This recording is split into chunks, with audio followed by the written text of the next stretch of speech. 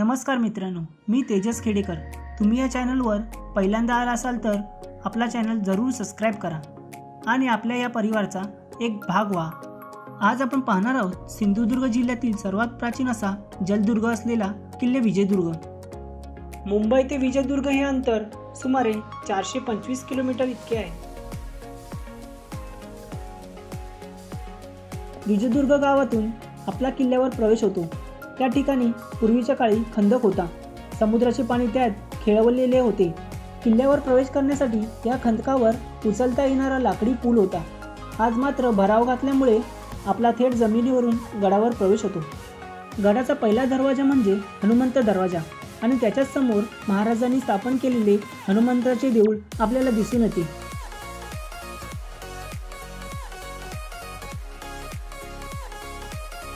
पुढे गेल्यावर भक्कम असा चिबीचा दरवाजा पाहायला मिळतो।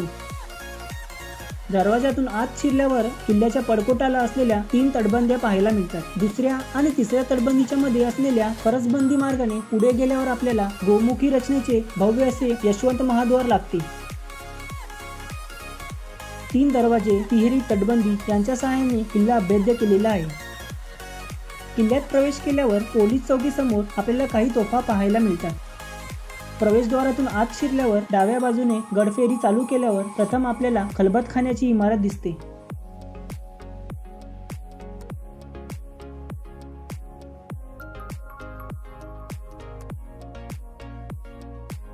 वाटेत आपल्याला घोड्याच्या पागा पाहायला मिळतात।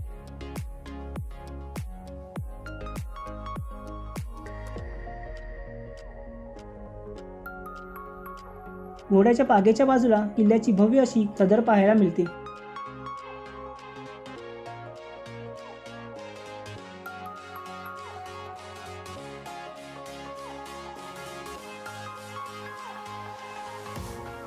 सदरेसमोरच दारूचे कोठारही आहे।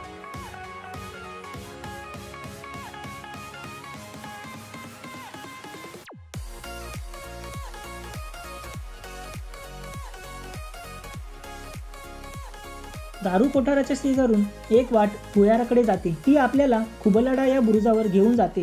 या बुरुजावर जाण्यासाठी तटबंदीच्या आत कमानी असलेला बोगदा बनवलेला आहे।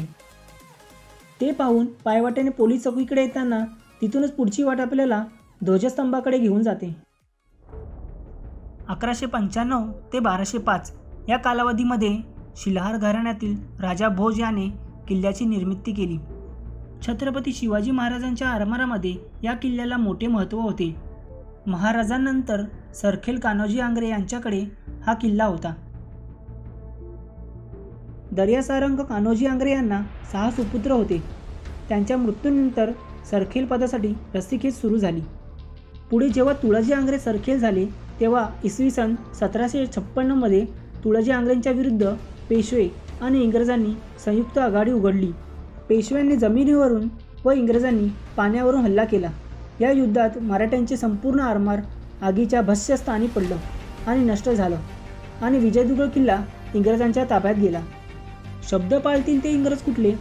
पेशव्यांच्या सैनिकांना त्यांनी किल्ल्यात प्रवेश दिला नाही, कारण त्यांना गडावरील 250 तोफा आणि सुमारे 10 लाखाचा खजिना जो लुटायचा होता तो त्यांनी पूर्ण लुटला आणि नंतर 28 ऑक्टोबर 1756 रोजी इंग्रजांनी किल्ला पेशव्यांना दिला।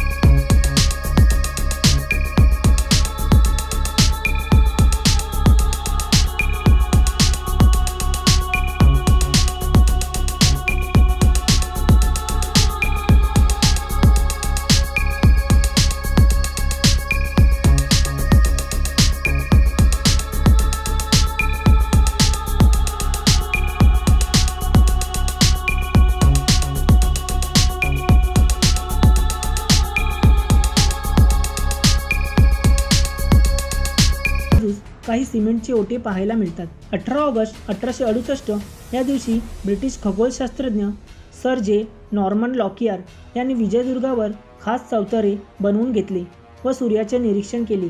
त्यावेळी त्यांना हेलियम वायूचा शोध लागला. याच चौतऱ्याला आता साहेबांचे ओटे असे म्हटले जाते.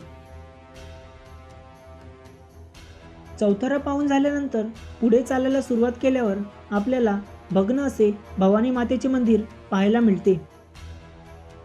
गडफेरी पूर्ण करण्यासाठी आपल्याला 2 ते 3 तास लागतात. अशा या ऐतिहासिक किल्ल्यावर विज्ञानप्रेमींचीही गजबज आपल्याला दिसून येते. तर कधी येत आहे आपण विजयदुर्गची सफर करायला?